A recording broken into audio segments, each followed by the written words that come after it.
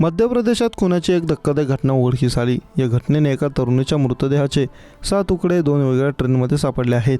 आता 2 राज्यांचे पोलीस या प्रकरणातील आरोपींचा शोध घेत आहेत। या घटनेत अनेक आरोपी असावेत असा अंदाज आहे। मृतदेह 2 ट्रेनमध्ये टाकल्यानंतर आरोपी प्लॅटफॉर्म नंबर 5 वरील ट्रेनने पळून गेल्याचा अंदाज पोलिसांनी आहे। मृतदेह भरलेल्या ट्रॉली बॅगला हँडल नसून ती हँडलशिवाय सहज नेता येणार नाही। तसेच ट्रॉली बॅग व 2 पोत्यांमध्ये या महिलेचे अवयव भरून ट्रेनमध्ये ठेवण्यात आले होते। आत्तापर्यंतच्या तपासानुसार आरोपींनी नागदाहून येणाऱ्या ट्रेनमध्ये उज्जैन आधी एक ट्रॉली बॅग व एक पोतं ठेवलं।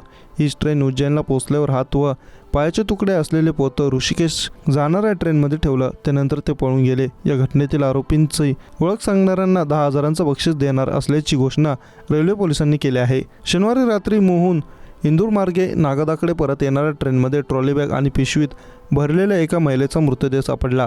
यात तिच्या शरीराचे 2 भाग होते, पण 2 हात आणि 2 पाय नव्हते। शनिवारी दुपारी 3:15 वाजता लक्ष्मीबाई नगरहून सुटून रविवारी संध्याकाळी ऋषिकेशला पोहोचलेल्या ट्रेनमध्ये S1 आणि S2च्या कपलिंगमध्ये 2 हात आणि 2 पाय तांदळाच्या पोत्यात सापडले। यानंतर पोलिसांनी दोन्ही गाड्यांच्या येण्याच्या जाण्याच्या वेळेचं निरीक्षण केलं। त्यानुसार संध्याकाळी 5 ते 5:30च्या दरम्यान दोन्ही गाड्या उज्जैनच्या प्लॅटफॉर्म क्रमांक 2 आणि 3 वर असल्याचं समोर आलं।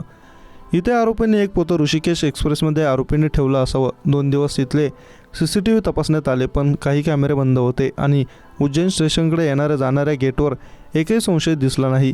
बुधवारी तपासादरम्यान पोलिसांना भोपाळ दाहोद ही गाडी प्लॅटफॉर्म क्रमांक 4 वर असल्याचं आढळलं। आरोपी उज्जैनच्या आधी कुठून तरी नागदा ते महू या ट्रेनमध्ये चढले असल्याची शक्यता पोलिसांनी वर्तवली। त्यानंतर आरोपींनी उज्जैनला उतरून ऋषिकेश ट्रेनमध्ये बॅग टाकली। यानंतर ते भोपाळ दाहोद ट्रेनमध्ये बसून नागदाकडे गेले। TIच्या रिपोर्टनुसार इंदूरमध्ये सापडलेलं पोतं तांदळाचं आहे आणि तो ब्रँड उज्जैनचा आहे। ऋषिकेशमध्ये सापडलेलं पोतंही तांदळाचं आहे आणि तो ब्रँड गुजरातच्या नवसारी जिल्ह्यातला आहे। या महिलेच्या हातावर मीराबेन आणि गोपालभाई असं गोंदलेलं आहे। ही महिला मूळची गुजरातची किंवा गुजरातच्या सीमेला लागून असलेल्या मध्य प्रदेशातील भागातली असावी असं वाटतंय। सध्या या प्रकरणाचा तपास सुरू आहे। पोलीस सर्व CCTV कॅमेरे बारकाईने तपासत आहेत।